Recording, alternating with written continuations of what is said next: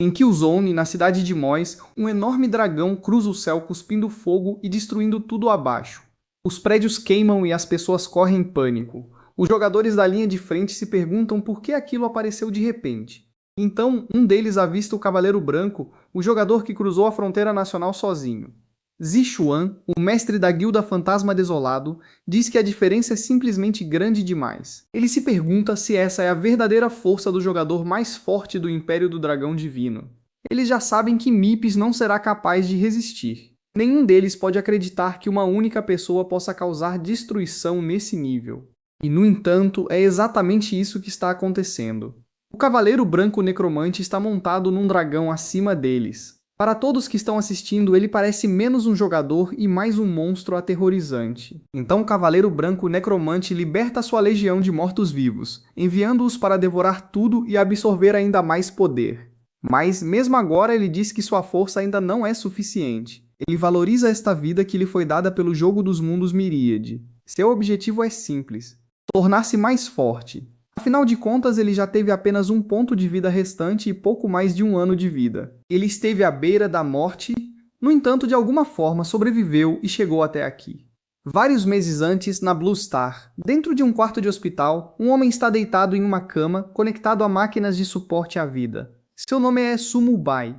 Ao lado dele, alguém começa a ajustar a máquina e lhe diz friamente que, se ele morrer, é melhor não voltar para assombrá-la. Mubai reconhece instantaneamente a voz. Liu Huan. Embora seu corpo não possa se mover, sua mente ainda está clara. Ele se pergunta por que estão desconectando os equipamentos quando ele ainda não está morto, especialmente quando ela deveria ser sua noiva. Mas Huan diz calmamente que ele não é diferente de uma pessoa morta e que ela está apenas lhe fazendo um favor. Mubai acha a situação quase ridícula. Ele já foi o jogador número 1 da Blue Star, um homem com ativos no valor de trilhões. No entanto, depois de um terrível acidente, ele acabou virando um vegetal. Agora ele pode ouvir tudo ao seu redor, mas não consegue mover um único dedo. Ele se recusa a aceitar esse destino e não tem ideia de como as coisas ficaram assim. De repente, um homem loiro entra na sala e pergunta a Huan por que ela está hesitando. Esse homem é Zhao Shu, colega de universidade de Mubai. Ele faz uma careta e pergunta se ela realmente se apaixonou por Mubai e não consegue terminar o trabalho. Ao ouvir isso, Mubai fica atônito. Ele não consegue entender por que Zhao Shu apareceu aqui de repente. Zhao Shu então aponta que os pais de Mubai já estão mortos. Quando Mubai morrer, Huan herdará toda a sua fortuna. Só então Mubai percebe a terrível verdade. Os dois estiveram secretamente envolvidos o tempo todo. Zhao Shu puxa Huan para seus braços e revela com orgulho que, há 5 anos, foi ele quem fez com que ela se aproximasse de Mubai.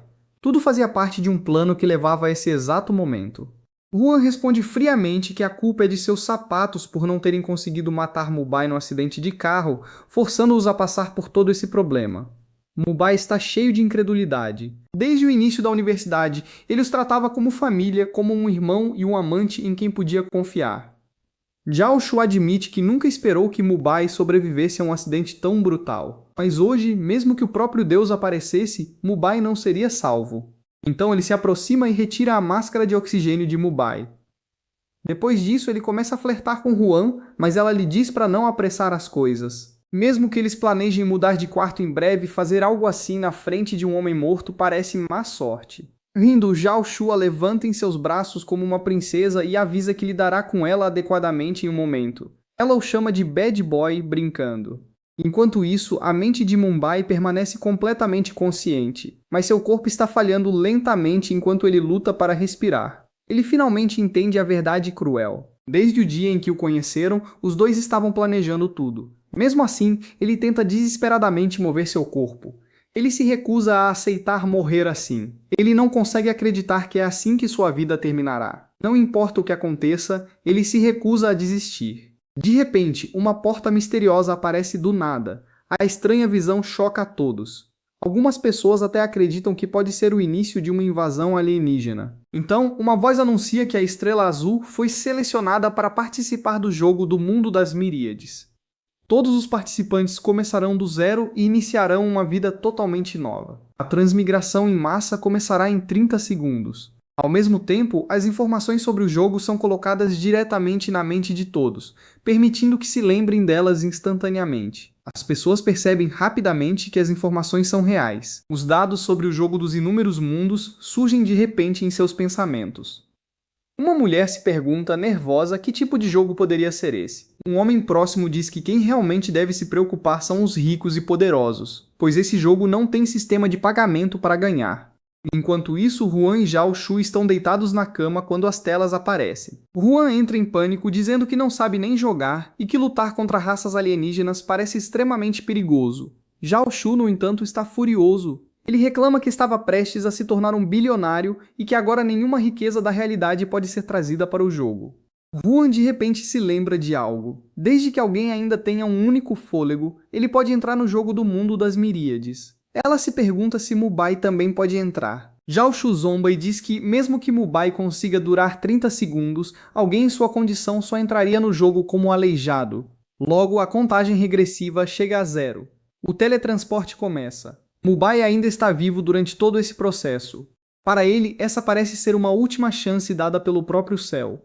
Ele se recusa a morrer aqui. Ele se recusa a desistir. Quando o teletransporte começa, faixas de luz voam em direção à porta. Algumas pessoas entram em pânico quando são puxadas em direção a ela, aterrorizadas por deixarem suas casas para trás. Mas outras recebem a mudança com entusiasmo, prontas para começar suas novas vidas. Alguém aterrissa dentro do templo do dissensor. É Moonbei. Ele logo percebe que não se trata de um sonho. Ele consegue ficar de pé novamente. Uma voz do sistema dá as boas-vindas aos jogadores Blue Star que entraram no jogo do mundo Miríade e começa a escanear os dados corporais. Estar vivo novamente é uma sensação muito boa. Ele escolhe o nome Cavaleiro Branco, o registro é bem sucedido e seu talento inicial é despertado. Todos os jogadores que entraram no jogo do mundo das Miríades despertaram um talento no Salão do Céu Estrelado. Os talentos são divididos em 9 categorias, desde a mais baixa categoria F até a mais alta categoria SSS. Qualquer pessoa que queira se destacar neste mundo precisa de um talento poderoso. Cavaleiro Branco só pode esperar que sua sorte não seja terrível e, surpreendentemente, sua sorte não é nada ruim. Ele desperta a classificação S, Talento Proibido, Promoção. Nem mesmo ele esperava obter algo tão poderoso. O talento tem 3 efeitos. O primeiro é a Promoção, que pode elevar permanentemente qualquer objeto em um nível sem custo. O segundo é a Sublimação, que consome recursos para elevar permanentemente um objeto em 2 níveis. O terceiro é o Cataclismo, que consome tempo de vida para elevar um objeto em 3 níveis e adiciona um efeito especial de Cataclismo. Felizmente, o primeiro uso do Cataclismo não tem custo. As classes básicas se dividem em 4 categorias principais: Física, Mágica, Defesa e Suporte. Cavaleiro Branco se pergunta se deve se tornar um guerreiro ou um mago, mas então o sistema examina seus atributos iniciais e anuncia que eles não atendem aos requisitos. Várias classes são imediatamente removidas da lista de seleção. O Cavaleiro Branco fica confuso sobre o que isso significa. Logo, o sistema revela o resultado. Com base em seus atributos iniciais, a única classe que ele pode escolher é Necromante. O sistema atribui a classe automaticamente. Em outras palavras, para começar, ele nunca teve escolha. Ainda assim, ser um necromante não é o pior resultado. Mas então ele percebe algo estranho: sua saúde está permanentemente definida como um HP. Para seu choque, ele realmente tem apenas uma gota de sangue. Um único golpe poderia matá-lo.